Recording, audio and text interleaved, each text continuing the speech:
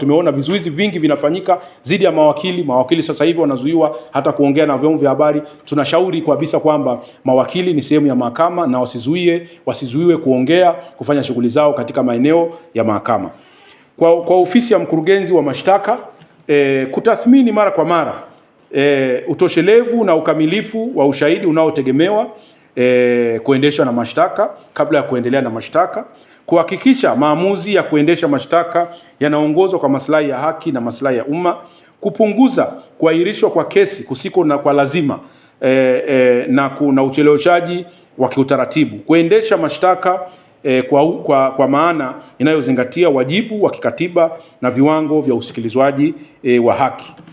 Kwa jeshi na Jeshi la Magereza Tanzania, ushauri wetu kwa Jeshi la Magereza ambao ndio inakaa na watuhumiwa na imekaa na mtuhumiwa huyu mpaka na leo, kuhakikisha hali ya kizuizini kukaa na mtu pale inazingatia viwango vya kimataifa na sheria na katiba ya Jamhuri ya Muungano, kuwezesha mashauriano ya siri kati ya mahabusu na wawakilishi wao, hasa mawakili, kuhakikisha kwa mahabusu wanapata fursa inayofaa kuonana na familia na kupata nyaraka zote za kisheria, kuheshimu uhuru wa dini na kuhakikisha fursa za kushiriki ibada na bila ubaguzi kwa watuhumiwa wote, kuheshimu uhuru wa dini pamoja na haki zingine za msingi za mtuhumiwa, kutoa chakula cha kutosha, huduma za afya nyingine za msingi na ustawi wote wa kijamii na malazi yawe imara, na kuwaweka watuhumiwa kwa mujibu wa sheria na kwa mujibu wa hatua zile ambazo walizonazo.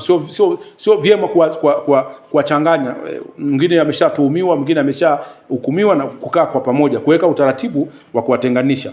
Lakini kwa serikali sasa, mapendekezo yetu kwa serikali, kuhakikisha serikali inazingatia uhuru wa waandishi wa habari wote wanaofuatilia masuala haya ya kesi hii, watetezi wa haki za binadamu na makundi mengine yote yanaachiwa kuwa huru katika kufuatilia shauri hili, kuchunguza kwa haraka bila upendeleo kwa ufanisi tuhuma zote za kushambuliwa, kuteswa, kutishwa na kutendewa vibaya kwa namna nyingine yote inayoweza kuhusiana na mwenendo wa kesi au wajibikaji, kuzingatia matumizi ya mifumo halali iliyopo ikiwemo mamlaka ya mkurugenzi wa mashtaka manake DPP pale inapofaa kwa mujibu wa sheria, ili kuondoa shauri hili la wakili Tundu Lissu mahakamani na kutoa nafasi ya kupata suluhisho la kudumu, lakini kutoa nafasi ya mazungumzo na mshikamano katika jamii yetu.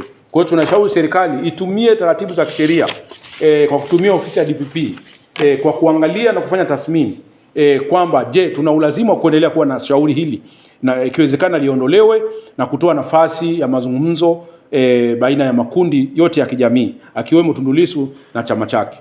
Kukuza mazungumzo, maridhiano. Tunashauri serikali ikuze mazungumzo ya wazi na maridhiano ya ukweli na mwafaka wa kitaifa miongoni mwa wadau wote ili kuimarisha amani, utawala wa demokrasia na kuheshimiwa kwa utawala wa kisheria. Masuala ya maridhiano, mwafaka wa kitaifa uhusishe makundi yote, isionekane ni swala la kisiasa, isionekane ni kundi fulani, makundi yote ya kijamii. Tunashauri serikali, na katika kufanya hivyo ni lazima lifanyike hili wakati shauri la Tundu Lissu limefika mwisho au limeondolewa kwa mujibu wa sheria. Kuimarisha uzingatiwaji wa wajibu wa Tanzania kikatiba, kikanda, kimataifa katika masuala ya haki za binadamu, ikiwemo kulinda uhuru wa msingi wa utawala wa kisheria na uendeshaji wa makosa ya mashauri ya makosa ya kijinai.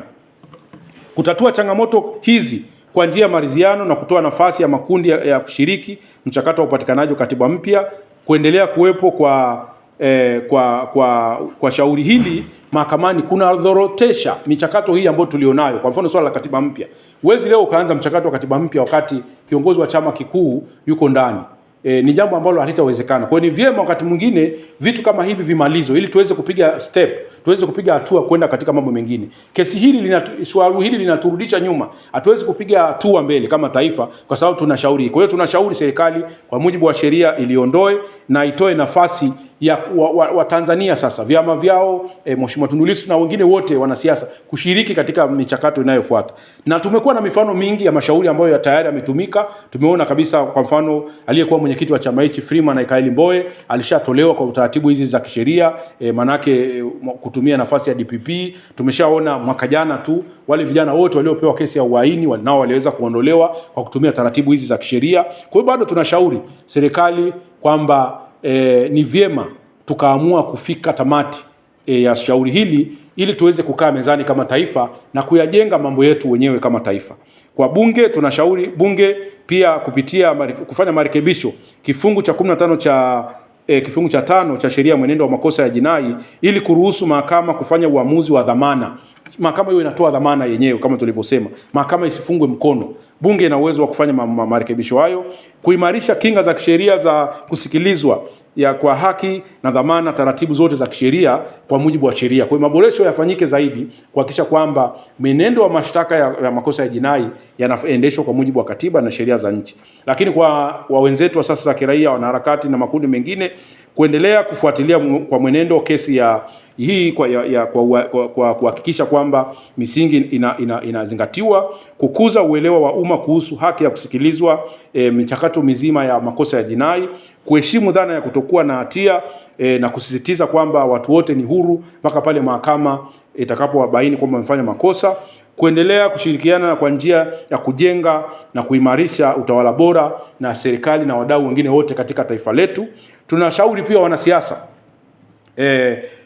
wanasiasa wote wawe tayari kwenda kwenye meza ya mazungumzo, kuwa tayari kutatua changamoto za taifa letu kwa kukubali majadiliano na makubaliano yenye maslahi kwa umma, ya uwazi na ya ukweli, yenye maslahi kwa umma na sio kwa makundi moja kama vile wanasiasa sasa za kiraia nani. Maslahi ya umma, majadiliano na maridhiano yenye maslahi kwa umma.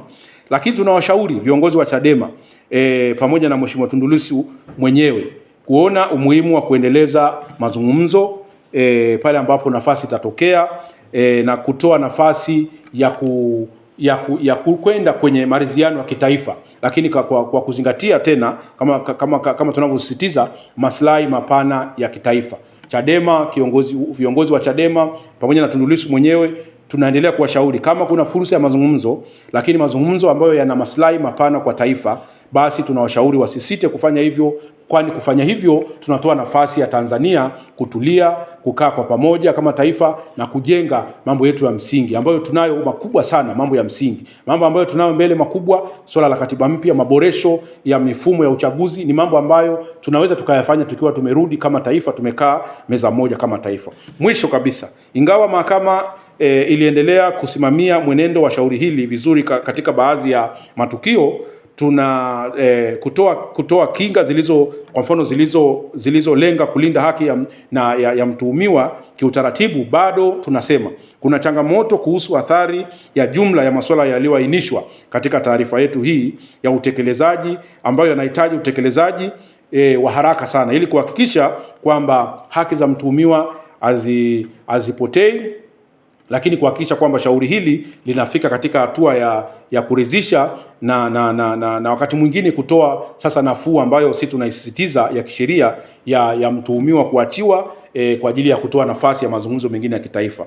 Taarifa hii tunasisitiza haitoi maoni kuhusu iwapo mshtakiwa ana hatia au hana hatia.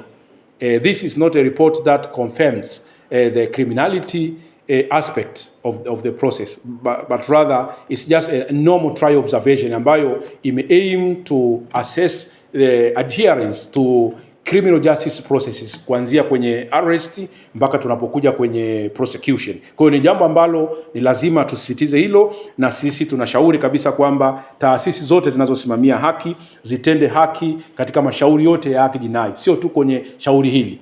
Zitende haki kuanzia mtuhumiwa wanapokamatwa, polisi watende haki, waache kutesa Watanzania, na pale wanapokwenda mahakamani, mahakama zitende haki, na wanapokwenda magereza pia watende haki. Kwa hiyo kwa ufupi tunaweza tukasema kwamba hii ndiyo hali halisi ya mwenendo wa shauri hili la wakili Antipas Lissu kwa takriban siku 500 toka alipokamatwa Aprili 9 mwaka 2025 hadi tarehe 19 Agosti 2026.